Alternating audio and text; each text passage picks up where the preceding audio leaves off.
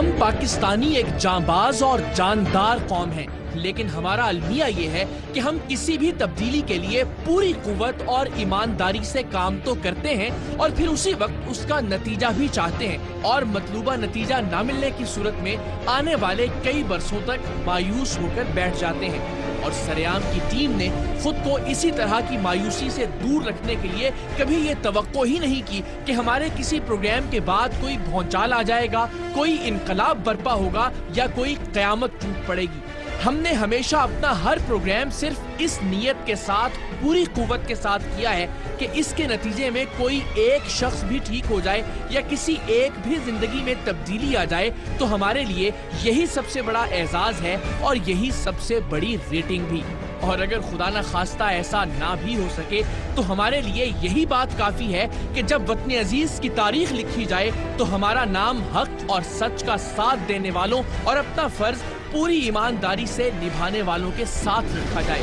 और अगर मौर्रख और उसकी तारीख भी हमें इस काबिल न समझें तो हमें ये यकीन हो कि बरोज़े महशर हम रब्बे कायनात के हुजूर ये कह सकेंगे कि मालिक तू दिलों के हाल खूब जानता है, तूने हमें जो मौका या जिम्मेदारी अता की थी हमने अपनी हैसियत और बिसात के मुताबिक उसे पूरा करने में जान लड़ा दी। केस आप लोगों पे ठोक दूंगा। तुम लेने आते हो बता लेके जाते से बता लेता कैमरे को आते एक्सक्यूज मी अरेस्ट दो नंबरी कर रहे हो। जहाँ जाते हैं लोग कहते हैं यार तुम तो टके टके के लोगों पैसे लेके बिक जाते हो। आपके हाथ से पैसे नहीं गिरे यहाँ पे? नहीं। सामने महल्लात नुमा कोठियाँ जो बनी हुई हैं वो आप देख सकते हैं। 35-35 जनाजे उसने देखे फैसलाबाद में छोटे मासूम बच्चों के। I want immediate action. इसको लेके चल चमड़ा बगे के पलाट पे। जितने माँ बाप अपने जवानों के जनाजे उठाएंगे उसके जिम्मेदार आप होंगे। यहाँ के SHO के खिलाफ FIR कटवाने की प्रोसेस बता देंगे। एक तो इंसानों की जिंदगियों से खेल रहे हैं आप, सब कुछ झूठा कह रहे हैं। कैमरा छोड़ दो। सोना नहीं है, आंखें खोल के कामरान।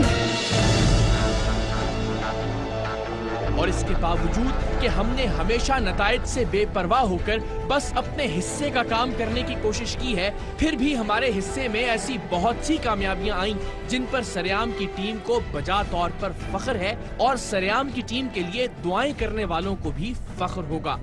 आज सरेआम के 2 बरस मुकम्मल होने पर हम कुछ ऐसी ही कामयाबियों का जिक्र करेंगे जो हमारी टीम की जोहदे मुसलसल और अज़्म पेहम के बाद हमारा मुकद्दर बनी। हम तस्लीम करते हैं कि हम पूरा जोर लगाने के बावजूद भी बहुत सी खराबियों को दूर नहीं कर पाए। हम आज उनका भी जिक्र करेंगे, लेकिन कोई बात नहीं, इन नाकामियों ने हमें मायूस नहीं किया बल्कि आखिरी सांस तक लड़ना सिखाया है। सो आज हम सरेआम के इस खुसूसी प्रोग्राम में आपको दिखाएंगे कि कराची के कदीम और पुराने जादूगर आमिर जुनैद बंगाली के अड्डे पर सरेआम के पै दर पै छापों के बाद क्या हुआ। अंडे में से स्टील की सुइयां निकालने वाले बाबा बेनकाब होने के बाद अब कहां हैं? अंतड़ियों वाले गलीज कुकिंग ऑयल से आप लोगों को महफूज रखने के लिए सरेआम की टीम और इंतजामिया ने जो पत्थर खाए और जिन गोलियों का सामना किया, क्या उनका कोई फायदा हुआ? काकरोचेस वाली डबल रोटी और मरे हुए चूहों से लबरेज अचार फैक्ट्री किन हालात से दो चार है? मंडी बहाउद्दीन के मुबैना मर्द लेडी कांस्टेबल की ताज़ा तरीन खबरें क्या हैं और पानी से गाड़ी चलाने वाला आगा वक्कार कहां चला गया? हरीपुर में किस किस के पैसे दुगने हुए और फैसलाबाद में सोने के सिक्कों का जेरे जमीन दफन खजाना किस किस के हाथ लगा? खून में मिलावट करने वालों पर किस किस का खून खौला और पेट्रोल में 2 नंबरी ने किस किस के तन बदन में आग लगाई?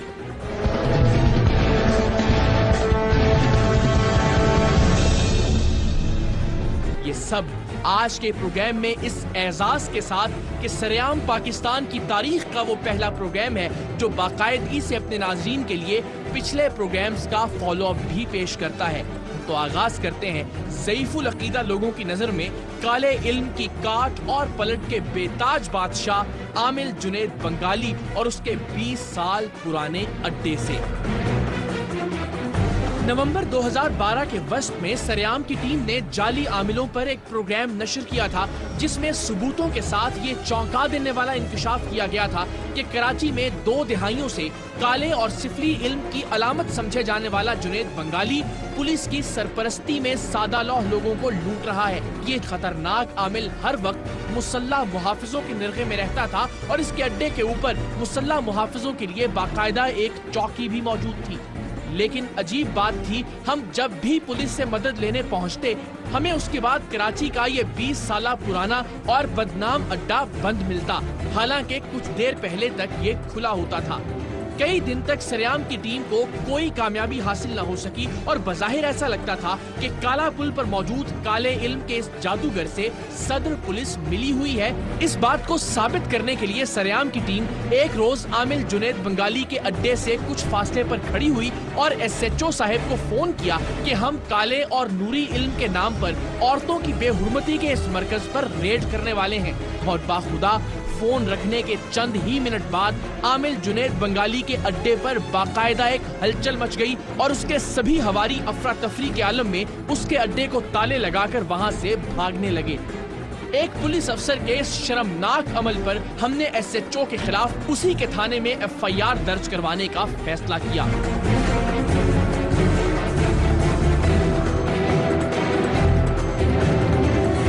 सर, मुझे SHO साहब के खिलाफ FIR कटवानी है।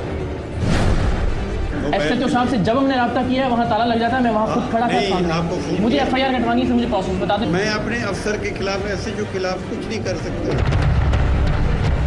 ड्यूटी अफसर के इनकार पर हम मुतल्लिका DSP के दफ्तर पहुंचे कि हमारे टैक्स के पैसों से इन SHO साहब को जिन काले धंधों को रोकने की तनख्वाह मिलती है, वो उन्हीं कामों की सरपरस्ती कर रहे हैं।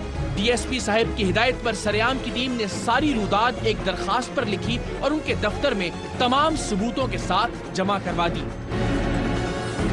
हम अपनी दी हुई दरखास्त पर होने वाली कार्रवाई के बारे में जानने के लिए एक बार फिर DSP सदर के दफ्तर पहुंचे। हमारी खुशगवार हैरत की इंतहा नहीं थी जब इस शरीफुन नफ्स अफसर ने हमें बताया कि उन्होंने अपने ही SHO के खिलाफ दरखास्त तमाम मुतल्लिका अफसराने बाला को भिजवाकर इंक्वायरी रिपोर्ट मुरतब कर ली है और अब बस कार्रवाई का ही इंतजार है।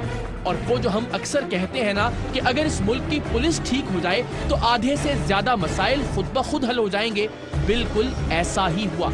इधर सरेआम की टीम ने मुसलसल दबाव से इस थाने के SHO का दिमाग दुरुस्त किया, उधर कराची शहर के कदीम तरीन सिफली इल्म के मरकज के बंद होने की बुनियाद पड़ी और फिर कुछ ही अरसे बाद हजारों लोगों की जिंदगियों से खेलने वाला, सैकड़ों खानदानों को उजाड़ने वाला और हजारों बेकसों लाचार लोगों को लूटने वाला आमिल जुनैद बंगाली का 20 साल पुराना अड्डा अपनी तमाम तर बदमाशियों और वहशतों के साथ बंद हो गया और अल्हम्दुलिल्लाह आज तक बंद है। कराची शहर में एक अरसे तक काले और सिफली इल्म की आमाजगार लोग अपने गमों का मदावा करवाने के लिए जाते थे और लुटकर वापस बाहर आते थे। अब उन दोनों दरवाजों पर ताला पड़ा है।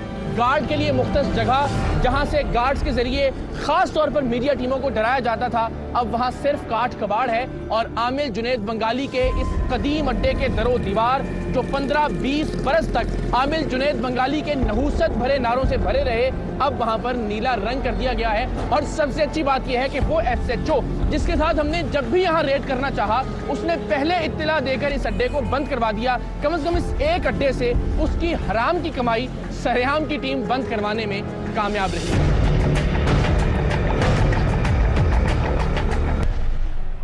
और इससे पहले कि आपको सुइयों वाले बाबा, अंतड़ियों वाले कुकिंग ऑयल, लेडी कांस्टेबल के रूप में मर्द और लाहौर के फुहाशी फैलाते कमरा नुमा केबल्स वाले इंटरनेट कैफेज की ताज़ा तरीन सूरत हाल बताएं, पहले एक ताज़ा तरीन प्रोग्राम का फॉलो अप, यानी उस प्रोग्राम के बाद क्या हुआ। कराची के एक मसरूफ तरीन पेट्रोल पंप की करप्शन सरेआम पकड़े जाने और सरेआम में दिखाए जाने पर हमारी तरह इस प्रोग्राम के नाजरीन भी शदीद गुस्से में थे कि ये सफाक लोग अपने उस गरीब हमवतन को भी माफ नहीं कर रहे जो अपनी मोटरसाइकिल में 50 रुपए से ज्यादा का पेट्रोल डलवाने की सकत नहीं रखता। सरेआम की टीम के हाथों रंगे हाथों पकड़े जाने के बाद इस पंप के माफिया ने अपनी गलती को तस्लीम करते हुए आइंदा इस जालिमाना धंधे को बंद करने का वादा किया था और हमने सिर्फ इनके वादे पर एतबार नहीं किया बल्कि चंद रोज बाद इस पंप के सामने वाक़े पुल से दोबारा इनकी घटिया करप्शन को रिकॉर्ड कर लिया। अब की बार एक दूसरा मुलाजिम अपनी उंगलियों की तेजी से गरीब लोगों को चकमा दे रहा था। इसकी जगह एक और मुलाजिम आया तो उसने भी यही हरकत की। मतलब मुलाजमीन अपने तौर पर ये दो नंबरी नहीं कर रहे थे बल्कि ये इस पंप की पॉलिसी थी, यानी मालिकान और मैनेजर्स के हुक्म पर सुबह से शाम तक अवाम को दोनों हाथों से लूटा जा रहा था। जरा देखिए, इन साहिब ने 100 की जगह 35 रुपए पर ही अपने हाथ से मीटर को रोका है और मोटरसाइकिल वाले की आंखों में धूल झोंकने के लिए दोबारा से 100 टाइप कर दिया है। इनकी जगह जो साहिब तशरीफ लाए हैं उन्होंने 50 रुपए के बदले 21 रुपए पर ही मीटर रोक दिया है, यानी आवे का आवा ही बिगड़ा हुआ है। 30 रुपए का पेट्रोल डलवाने वाले गरीब को सिर्फ 13 रुपए का पेट्रोल मिला है। इन साहिब ने मुसलसल मीटर की तरफ देखा और इसीलिए पूरे 200 रुपए का पेट्रोल हासिल करने वाले खुशकिस्मत करार पाए। और फिर से वही जलील खेल शुरू। 100 की जगह 38 रुपए का पेट्रोल, 100 की जगह सिर्फ 13 रुपए का पेट्रोल, 100 रुपए के बदले 27 रुपए पर ही मीटर बंद, 100 रुपए की जगह 22 रुपए का पेट्रोल, 120 रुपए में सिर्फ 28 रुपए का तेल, 100 रुपए लेकर 29 रुपए पर ही हाथ हरकत में, 300 रुपए के एवज सिर्फ 90 रुपए का पेट्रोल और 200 की जगह 63 रुपए पर ही हेरा फेरी। सरेआम की टीम ने पेट्रोल पंप पर जाने की बजाय इंतजामिया के पास जाने का फैसला किया। सरेआम की team assistant commissioner Firozabad Nazia Zaman के दफ्तर पहुंची और उन्हें उनके इलाके में मौजूद इस पेट्रोल पंप की करप्शन पकड़ने के लिए की गई 15 घंटे की रिकॉर्डिंग के कुछ अहम हिस्से दिखाए।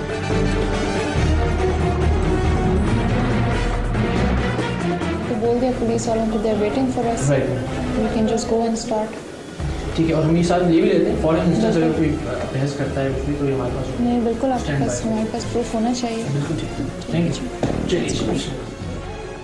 सरेआम की टीम के सबूत इस कदर हैरान कुन और चौंका देने वाले थे कि असिस्टेंट कमिश्नर फिरोजाबाद ने उसी वक्त इस पंप के खिलाफ कार्रवाई का फैसला किया और हम कुछ ही देर में मकामी पुलिस के साथ इस बदनाम और बदकुमाश पेट्रोल पंप पर मौजूद थे। अब की बार शिफ्ट और चेहरे तो नए थे लेकिन काम वही पुराना जारी था। जब सरेआम की टीम ने पंप के गारनुमा दफ्तर से कैशियर को ढूंढ निकाला तो उसने वही कहा जो हर करप्ट फैक्ट्री और इदारे पर छापे के बाद वहाँ के मुलाजमीन से हम पिछले 2 साल से सुनते आ रहे हैं कि मेरा तो यहाँ पहला दिन है। हो रही है यहाँ दोनों? अभी नहीं हो रही, वैसे भी नहीं हो रही थी। नहीं सर, वैसे का मुझे नहीं पता, आज ही मैं लगा हूँ काम पे। सुभान अल्लाह, पहले ही दिन पूरे पंप का कैश इस फरिश्ते के हवाले कर दिया गया था। पिछली बार की तरह अब भी यहाँ दर्जनों लोग इकट्ठे हो गए थे जो कभी न कभी यहाँ से लुट चुके थे। टंकी में लगाया और जरा सी इधर उधर आ गई, पता चला 100 रुपए डलवा 10 रुपए का भी नहीं आता। भरवा के गया हूँ मैं, ठीक है, सिर्फ कयुआ बात तक गया हूँ, गाड़ी की टंकी देख ले 500, मैंने सिर्फ पर्ची बनवाई है, मुँह इधर क्या क्या बता गया। अच्छा मैम, ये कम तोल के देना, ये जितने पैसे आप दे रहे हैं उससे कम की चीज़ देना, ये महंगाई करके बेचना, ये सब चीज़ें इन पे किस तरह से हम एक्शन, यानी कानून कितना सख्त है ऐसे लोगों के खिलाफ, क्या कर सकते हैं मैक्सिमम? देखिए, जब आप लोग हमारे पास प्रूफ लेके आते हैं तो आपने देखा कि कल आप हमारे पास आए, आज हमने इनके खिलाफ एक्शन कर लिया है, तो मैं तो इनको आपको इनकरेज करूंगी, बल्कि एसएचओ से मैं कहूँगी कि इनको जो है थाने लेके चले, इनके ऊपर जो बनता है वो उसके ऊपर स्ट्रिक्ट से स्ट्रिक्ट एक्शन है। हमें ऊपर से भी ये ऑर्डर्स आए हैं and I think we should not just let them go today. पहले कोई शिकायत थी यहाँ से? क्योंकि आए हैं तो यहाँ उस वक्त भी दर्जनों लोग इकट्ठे हो गए थे और आज आप कहेंगे अल्लाह को अदना जान के बहुत से लोग कहेंगे कि हाँ, ये इनकी पहले भी शिकायतें मिलती रही हैं हमको। हाँ, तो आज अब तो सबूत आपको इंशाल्लाह सबूत के साथ इनको बंद कर इंशाल्लाह। आइए बिस्मिल्लाह। पंप पर मौजूद कैशियर्स को गिरफ्तार करके थाना बलोच कॉलोनी मुंतकिल किया गया और सरेआम की टीम के इंकशाफात और मुलाजमीन के एतराफात की रोशनी में पंप के मालिक, मैनेजर और दीगर कैशियर्स के खिलाफ नाकाबिले जमानत दफात के तहत मुकदमा दर्ज कर लिया गया और यूं वक्ती तौर पर ही सही सरेआम की टीम एक पंप पर अवाम के साथ होने वाली ज्यादती और नाइंसाफी को रुकवाने में कामयाब रही। कब लाजम हूँ? मैं भी पब्लिक हूँ ना, मैं कबूतर हूँ। ब्लड ट्रांसफ्यूजन अथॉरिटी वाले आगे सील करके गए। मैं तो आज आया हूँ, मुझे पता नहीं है। ये बैठी भी है मक्खी, ये बैठेंगी कोई इसमें अंदर तो थोड़ी घुस जाती है।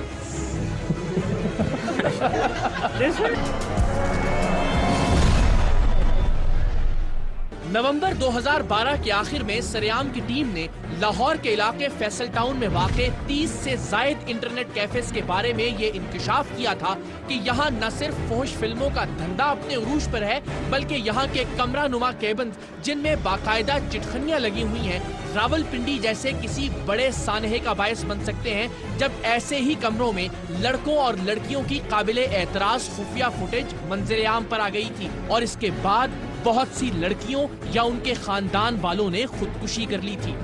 तमाम रिकॉर्डिंग्स और सबूत हाथ आने पर जब हमने मकामी पुलिस को कॉल किया तो इन दर्जनों नेट कैफे से भत्ता लेने वाले SHO उल्टा सरेआम की टीम पर ही चढ़ दौड़े।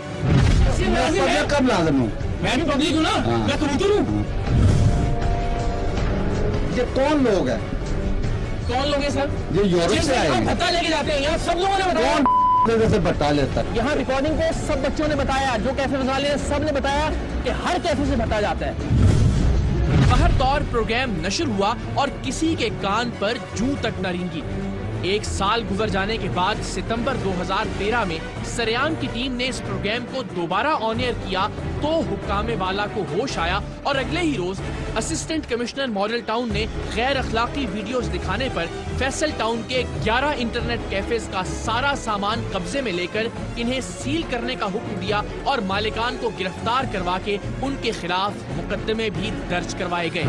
DCO लाहौर के हुक्म पे हमने इन कैफेज के खिलाफ कार्रवाई करते हुए कैफ़े मालिकान के ऊपर FIR करवाई, इनके कैफेज को हमने सील कर दिया। तो जनाब ये तो था एक ऐसा प्रोग्राम जिसे एक साल बाद कामयाबी मिली और अब एक ऐसा प्रोग्राम जिसे एक दिन बाद ही मतलूबा नताइज हासिल हो गए थे। जी हाँ, इंसानी खून में मिलावट जैसे संगीन और सफाक जुर्म पर मबनी सरेआम, इंसान पर लर्जा तारी कर देने वाली मालूमात मिलने और अपने तौर पर तमाम टेस्ट करने के बाद सरेआम की टीम ने असिस्टेंट कमिश्नर मुख्तियार अली की निगरानी में कराची के मुख्तलिफ ब्लड बैंक से मरीजों और जख्मियों को लगने वाला खून खरीदा और फिर इसके दर्जनों टेस्ट करवाकर इस बात को साबित किया कि खून की मिकदार बढ़ाने के लिए मुतअद्दिद बोतलों में नमक मिले पानी यानी नॉर्मल सेलाइन की मिलावट की जा रही है। इस अफसोसनाक हकीकत के पाया सबूत को पहुंचने के बाद सरेआम की टीम ने deputy commissioner south Mustafa Jamal और AC नाजमाबाद मुख्तियार अली के हमरा कराची के एक कोने से दूसरे कोने तक खून में मिलावट करने वाले ब्लड बैंक्स पर छापे मारकर इन्हें सील और इनके मालिकान और मुलाजमीन को इस घिनौने जुर्म में गिरफ्तार करवा दिया। अगले रोज सरेआम की टीम ने ब्लड ट्रांसफ्यूजन अथॉरिटी सिंध के सरबराह जाहिद अंसारी के सामने तमाम सबूत पेश किए और उनके साथ जाकर एक बार फिर कराची भर में खून में मिलावट करने वाले ब्लड बैंक्स को सील करवाया और खुशी खुशी घर वापस आ गए।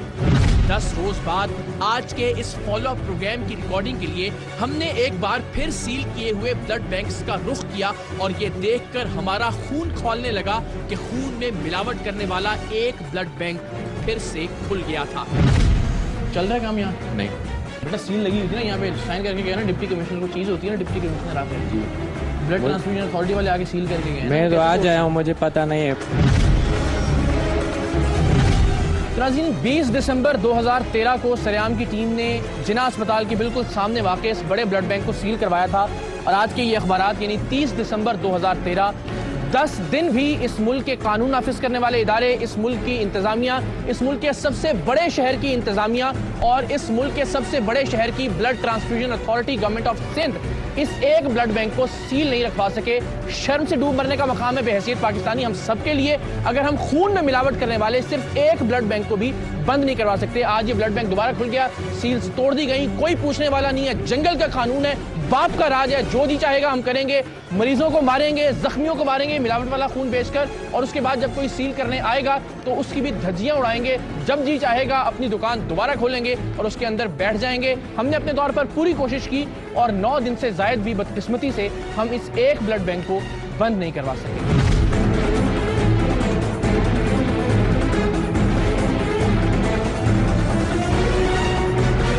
सरेआम की टीम ने फिलफॉर ब्लड ट्रांसफ्यूजन अथॉरिटी से राबिता किया और उन्होंने अगले 5 मिनट में एक बार फिर इस दरिंदगी में मुलव्विस ब्लड बैंक को सील करवा दिया।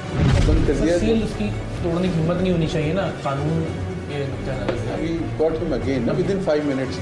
जितनी मैंने उसको गाली दी आपको अंदाजा है। I don't want to see their faces with them। मैं कल I was away from the office क्योंकि ये बार-बार they wanted to meet me। लेकिन हम अपना कार्रवाई जारी रखेंगे। सरेआम की टीम फर्दन सील होने वाले बाकी ब्लड बैंक्स पर भी गई और अल्लाह का शुक्र है कि कम से कम ये ब्लड बैंक्स इस वॉइस ओवर के रिकॉर्ड होने तक सील्ड हैं।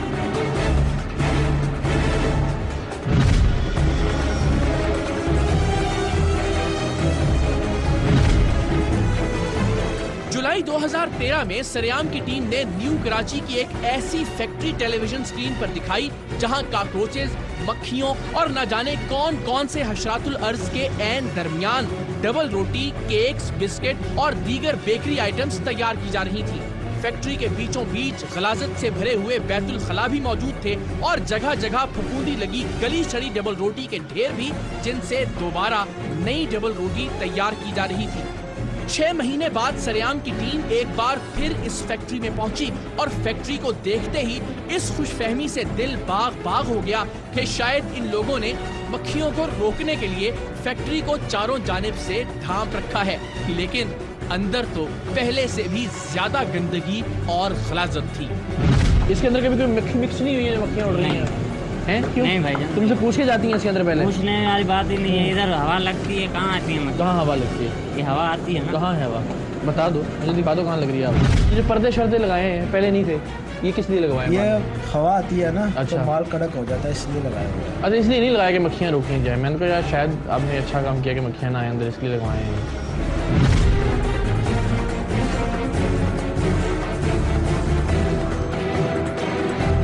तो नाज़रीन, ये वो बेकरी है जिसके साथ ही आप देख रहे हैं कचरे के ढेर भी हैं, यहाँ मक्खियाँ भी हैं, गलाजत गंदगी भी है। अंदर उसी तरह से वॉशरूम्स खुले हुए हैं। हम जब अंदर दाखिल हुए तो हमें लगा कि जो पर्दे लगाए गए हैं शायद ये हमारे प्रोग्राम का असर है और मक्खियाँ वगैरह रोकने के लिए इन्होंने पर्दे लगाए हैं। बाद में पता चला कि नहीं, जो ठंडी हवा है उसे रोकने के लिए पर्दा लगाया गया ताकि माल कड़क ना हो जाए। तो अंदर जो मक्खियाँ थी अब वो ज़्यादा अंदर ही मौजूद हैं और मज़ीद मक्खियाँ वो पैदा कर रही हैं ताकि वो अंदर ही अपना काम दिखाती रहें। तो बदकिस्मती से इस बेकरी पर, जिसके बारे में हमने आपको दिखाया था कि यहाँ काकरोचेस की मौजूदगी में डबल रोटी तैयार की जा रही है, और उसी तरह से दूसरे तमाम तर मामला चल रहे हैं जो कि न्यू कराची में बिल्कुल मरकजी शाहराह पर वाक़ है। किसी ने जहमत ही नहीं की, किसी फूड इंस्पेक्टर ने, किसी मुतल्लिक़ अफसर ने, कि वो आए इनसे कोई सवाल करे। सो इसीलिए ये काम इनका उसी तरह से जारी है।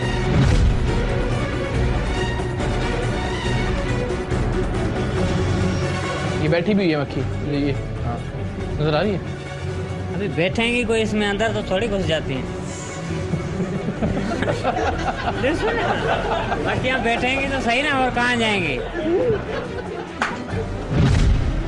और अब इसके बरअक्स पाकिस्तान की नामवर अचार बनाने वाली कंपनियों को अचार का खाम माल फराहम करने वाली वो फैक्ट्री जहां सरेआम की टीम ने ऐसे मनाजिर देखे और लोगों को दिखाए थे कि बेशतर लोगों ने बाजार का अचार खाने से तौबा कर ली थी। सरेआम की टीम ने गुज़श्ता कुछ दिनों में 2 से 3 बार यहाँ का रुख किया और हर बार इसके दरवाजे पर ताला देखा। मकामी पुलिस जराए कहते हैं कि फैक्ट्री का मालिक अब इस जगह को फरोख्त कर रहा है। इसी तरह अप्रैल 2013 में जाली कोल्ड ड्रिंक्स बनाने वाली एक मिनी फैक्ट्री सरेआम में बेनकाब हुई थी, जहां मुख्तलिफ मल्टी नेशनल ब्रांड्स की बोतलें धड़ाधड़ तैयार की जा रही थी और इन तमाम बोतलों के जाली और मुज़र सेहत फ्लेवर्स भी यहां मौजूद थे। पुलिस ने हमारी कॉल पर उसी वक्त यहाँ के मालिक और मुलाजमीन को गिरफ्तार करके एक घर में कायम इस फैक्ट्री को सील कर दिया था और सरेआम की टीम 8 महीने बाद जब दोबारा इस फैक्ट्री पर गई तो इसे बंद ही पाया। दरवाजे के ऊपर से की गई रिकॉर्डिंग से मिलने वाले आसार भी यही बता रहे थे कि ये जगह अब सिर्फ जाली कोल्ड ड्रिंक्स की आसारे कदीमा है। 2 महीने पहले रिश्वत देकर सरेआम की पूरी टीम कैपिटल सिटी पुलिस में भर्ती हो गई थी।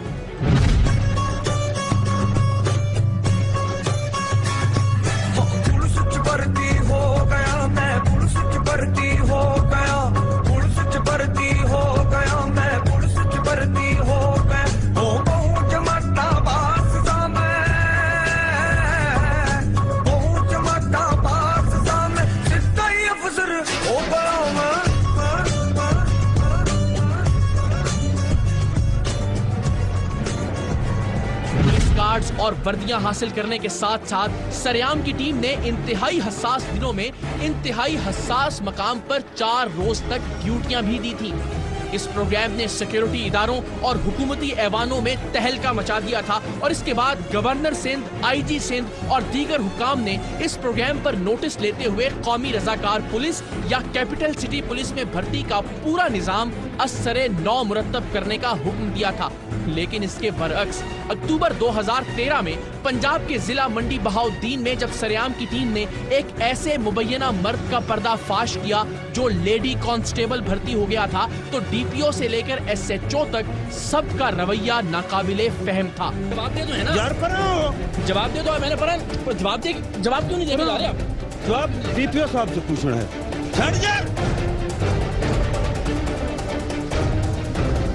एक आम आदमी को आप जवाब देंगे? अच्छा पर एक मिनट, आप एक आम आदमी को जवाब देंगे? आप आदमी से जवाब दें हैं या नहीं मुझे बताएं ना।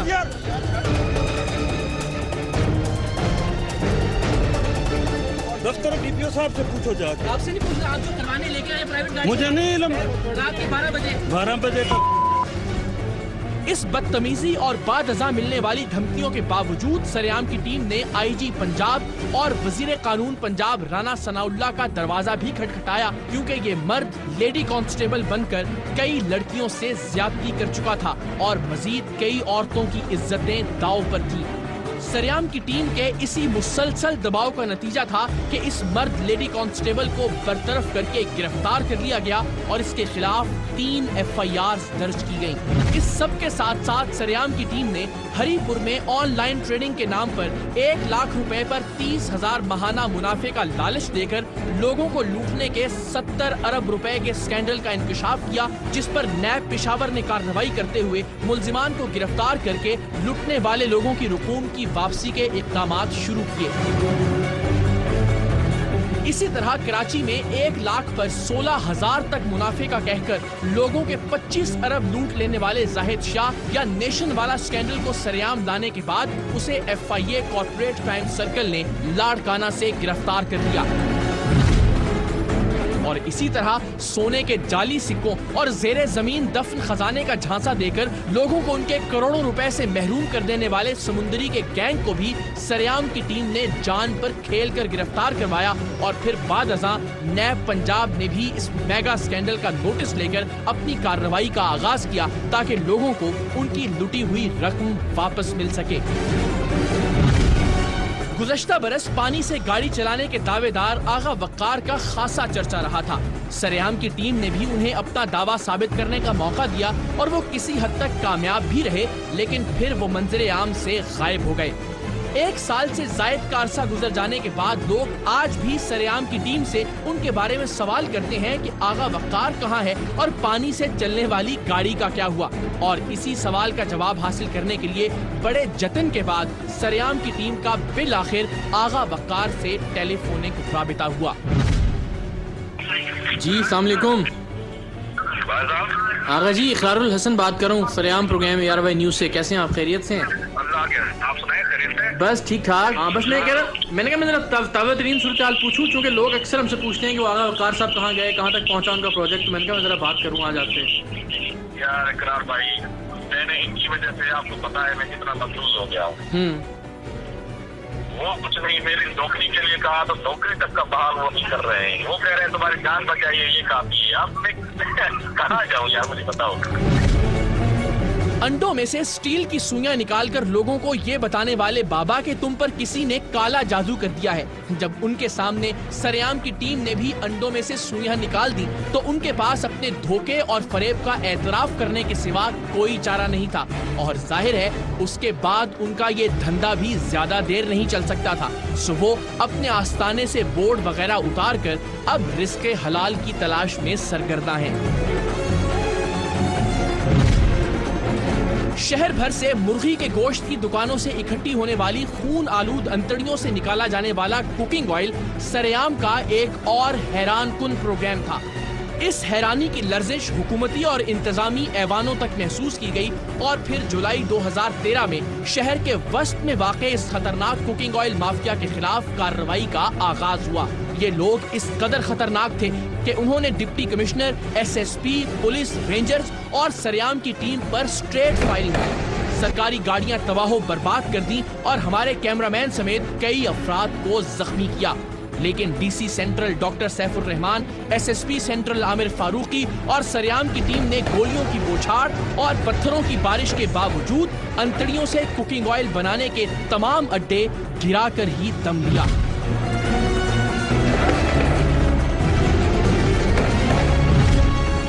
सात महीने बाद जब सरेआम की टीम एक बार फिर वहां पहुंची तो इलाके का मंजर तब्दील हो चुका था। ये वही जगह है, FC एरिया का वही इलाका जहां रेंजर्स पर, जहां SSP सेंट्रल और उनकी पुलिस पार्टी पर, जहां सरेआम की टीम पर पथराव किया गया था।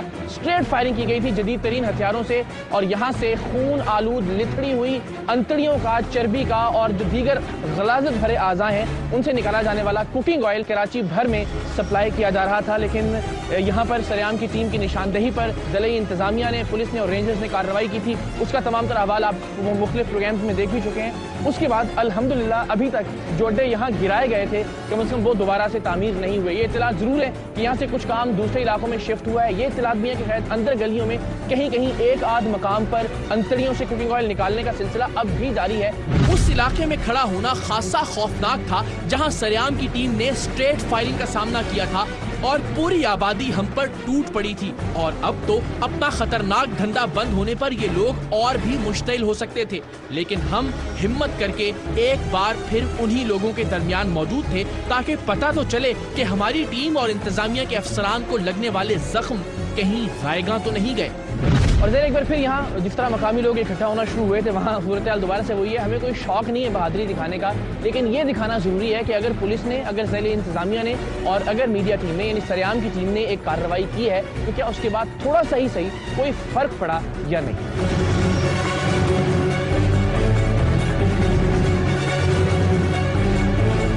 और आखिर में वो शख्स जो गुर्बत के हाथों मजबूर होकर अपनी मासूम बेटी से जिस्म फरोशी करवा रहा था और इस रूह को लर्जा देने वाले प्रोग्राम के ऑन एयर होने के बाद उस वक्त के सूबाई वजीर रऊफ सिद्दीकी ने अपनी आंखों में आंसुओं के साथ उसे सरकारी नौकरी देने का ऐलान किया था।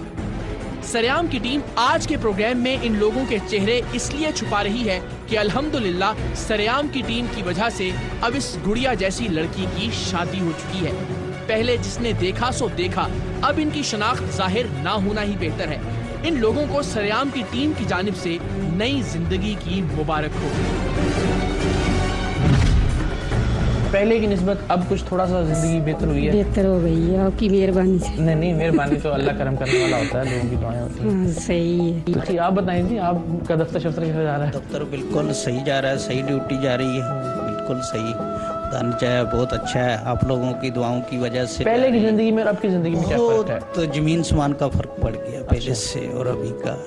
जैसे आप मिले हो, आपके मिलने के बाद आपके सामने है, पहले एक कमरे का मकान था, अभी 2 कमरे का मकान है। चले, अल्लाह खुशी रखे जी आप सबको। इस शख्स की आंखों में जिंदगी की चमक देखकर सरेआम की पूरी टीम इंतहाई खुश थी। और मैं ये सोच रहा था कि जब हम बगैर किसी इख्तियार के किसी की जिंदगी में एक अच्छी तब्दीली ला सकते हैं तो हमारे हुक्मरान क्यों नहीं। क्योंकि मेरे जहन में उस शख्स का चेहरा भी उभर आया था जो अपने बाकी बच्चों की भूख मिटाने के लिए अपनी एक बेटी सरेआम की टीम को बेचने पर आमादा था और पकड़े जाने पर फूट फूट कर रो दिया था। और मैं ये सोच रहा था कि ऐसे प्रोग्राम और वाकयात देखने के बाद उन हुक्मरानों को नींद कैसे